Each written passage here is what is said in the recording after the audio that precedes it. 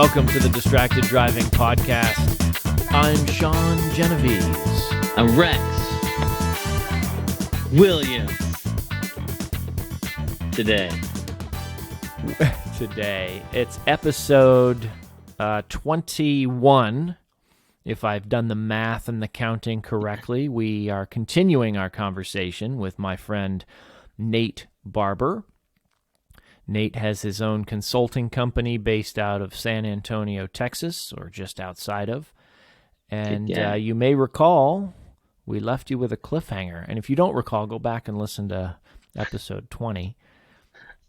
So we were talking to Nate about a little bit about his business and what he does. And I asked him, what's your favorite technology tool, or your most, I think the way I phrased it is, what is your favorite or your go-to technology tool that you use when consulting with clients? Yeah. Everybody's got tools. They like to use them or show them off or say, oh, you got to use this or whatever. Let's hear what he has to say. And if you did not tune into the last episode, just fair warning and an apology, the audio quality is not up to our normal standards. We have standards. We had a hot mic and some connection issues, so please bear with us. It's digestible still, but not as perfect as we'd like it to be. So with that great introduction,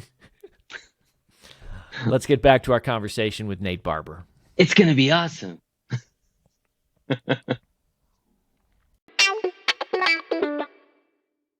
What's your favorite tool, or what's your maybe not your favorite, but what's the go-to technology tool that you use the most often when you're working with clients? It's Teams. Microsoft is great, except when it isn't. And there's all sorts of frustrations that people have with Teams, yet in most organizations we work with, they're on Microsoft 365, and so they have Teams built in. And Teams has done a pretty good job of coming up to speed and being what Slack always was, but incorporating Skype and all the things together to be a tool that really helps us collaborate, especially remotely, by creating a team and sharing files. I had, in my consulting career, always wanted to find the ability to share all the things we did together in a place without having to do a whole lot of crazy things to set it up, and Teams has ended up being that for us, especially now with the ability to do co-authoring like Google Docs had for years and years and years. Is it as easy to use as Google Docs? No, not yet, but Microsoft is great at copying and getting they start with the minimum viable product, and everybody's frustrated with that, but they keep worming their way in, and it is perhaps the most valuable tool I use for those reasons. Well, that's good to hear. Can't wait till my big corporation gets it. So Teams behind. Yeah. Yeah. Next year, maybe. I don't know. Are you guys still using Skype? It's interesting. Doesn't it just come with the standard Office license? I don't use Skype individually. No. Yeah, we have like a partnership with Microsoft, but apparently it's not that good. I don't know. It takes a lot for us to get a new system. Getting an organization moving, it's like turning a aircraft carrier. Even if you turn the rudder, it's going to take a long time for that ship to turn. Yeah. Do you find, Nate, that awesome. when you're working with your clients, are they generally happy that you're there and so eager to take advice and go affect change? Or do you still have all the same struggles that we would see with an organization that hasn't asked for the help yet? Yes. All right, and that's all the time we have, right? folks. It depends on who's in the room, and it depends on... Well, someone asked for you. There's a consultant. Someone's hiring, but then obviously you have to help everybody of people. It's almost always the middle management that has the most resistance. there's a book called Lean Transformation by, who is it by?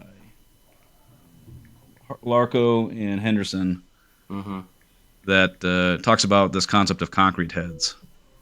That those who they're never going to change because change is a 4-letter word. Only a wet baby likes change.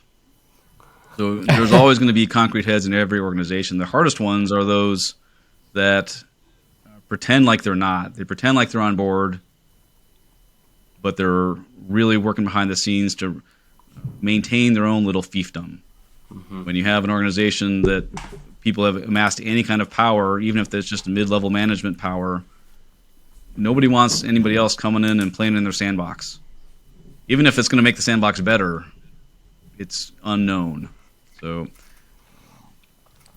it's really crazy when you have senior management who aren't bought in. If you have senior management that's not bought in, the whole thing kind of goes sideways. You don't have any kind of traction. When middle management's the one who wants you to come make change, and they haven't sold it to senior management yet, it's a lot of wasted time. In fact, I almost won't get involved there because it's just wasting I'm not adding any value because whatever I've done will just be undone. And my whole approach is about involving a cross-functional team to go make the change. Yeah. And I've actually worked where it was, so I thought we had senior management approval. We were working directly with the COO for a steel processing facility. And we did a whole value stream mapping event. We come up with some great ideas, opportunities to move towards a value stream organization, and working to establish a pull system with their suppliers and a pull system, a Kanban for all of the products that they made, and lots of really fundamentally strong ideas that were going to take some work to implement, but it was the right direction. And the CEO and owner of the company actually came in. He wasn't part of the event, so we did a report out to him on the Friday, finishing up, and he said, wow, this was a waste of time because it wasn't what he wanted to go do. Wow. So his whole team, all the people that they brought together for this event to say, here's where we need to take the organization, here's the pain we're feeling, here's how we want to make those things go away, because it wasn't his idea. No way. He threw it all away. They all $1 billion bought in company. Underneath all this middle management and all that bought in, but the top didn't. Right. From the COO down, but the owner and CEO didn't. So, and that's all these things that we do, the lean and process improvement. The tools are important because the tools facilitate discussions, but what's more important are the people, because the people are the ones that are going to be the ones to go implement it, that are feeling the pain, that have issues in their process they want to make go away. It's all about the people. And that's interesting. if you don't understand the psychology of it, trying to go help somebody be better, if they don't want to be better, they're not going to want the help. So that's really where I try to engage, is helping people see and solve their own problems. You have to see you have a problem first before you want to even go try to solve it. You can In make that the CEO particular- see it, huh? Not in the 90 minutes I had with them, no. But the people at the lower levels, they did see it, right? Yeah, and that's my favorite, is when,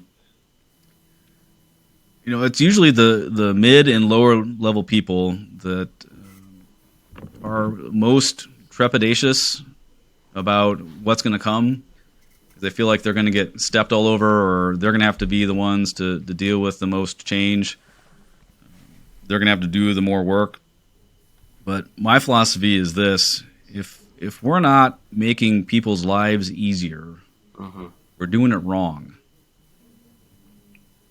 And my philosophy goes along with this. The goal is not to make people work harder in the process. The goal is to make the process work harder for your people. I say those things, and almost instantaneously, resistance from frontline people especially melts away, because they want their jobs to be easier. They want to be able to do the same amount but not have to hustle. And it's getting rid of the hustle, and it's getting rid of the hassle. Around. Yeah. And that's what we focus on, is get rid of the hustle, get rid of the hassle, which, of course, the answer there is the Hasselhoff. Is that a dad joke? That is a dad joke, yes. That's a David Hasselhoff joke. Yeah, we managed to find a terrible, terrible picture of Hasselhoff from the interwebs that we incorporate in some of our slides. He's got this gold jacket on, got some chest hair showing, and that guy is audacious. I applaud his bravado for sure. I'm working with a guy right now who got Hasselhoffed. There's a tradition in some large organizations, including the one I'm supporting right now, where you leave your computer unlocked and unattended, and your backdrop gets changed. And so they got him, and he decided to leave it up there as a reminder to himself to lock his computer when he walks away. So every time he goes to share his screen when we're on a Teams meeting, we get to see the Hoff. One of my clients right now, they're going through a big IT security push, and I don't know that they know about Hasselhoff, but there's a couple of people I'm going to email shortly after this to say, did you know about being Hasselhoffed? I think this is the picture we need to share. You need to post as their backdrop. Yeah, that's great.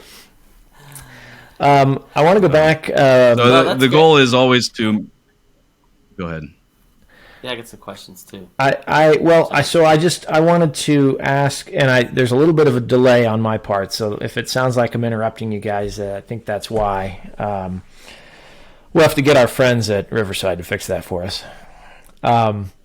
You talked about senior leadership and mid-level management. So first of all, before I ask my question, I want to make sure that we've got our definitions aligned. So I think of senior management as like the second level, anybody from the first line to like the executive series, and then I consider the executive series more of either senior leadership or the C-suite.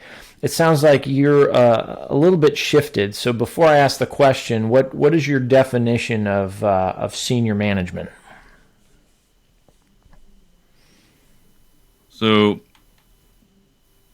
I'm going to give you the consultant's favorite answer. It depends. It has to do with pick one. The organizational structure. If you're a division, this could be like the president of the division, which isn't quite C-suite, right? But it is still senior management. But if it's a smaller organization, or it's one where it's a corporate rollout, I'm talking about the C-suite. I'm talking about from the very top. If you don't have buy-in from the very top, it's difficult to make meaningful change. And so what do you think causes the disconnect? Because I talk about this, we just talked about this in my class with my students. I was giving them an example of how, a lot of times people at the working level, at the lowest level, they understand the problems. They are willing to do what it takes to get better if given the opportunity, just like you described, Nate. And the people at the top, I tell them a story of when I had the opportunity to go to Chicago and meet with the executive leadership team from Boeing.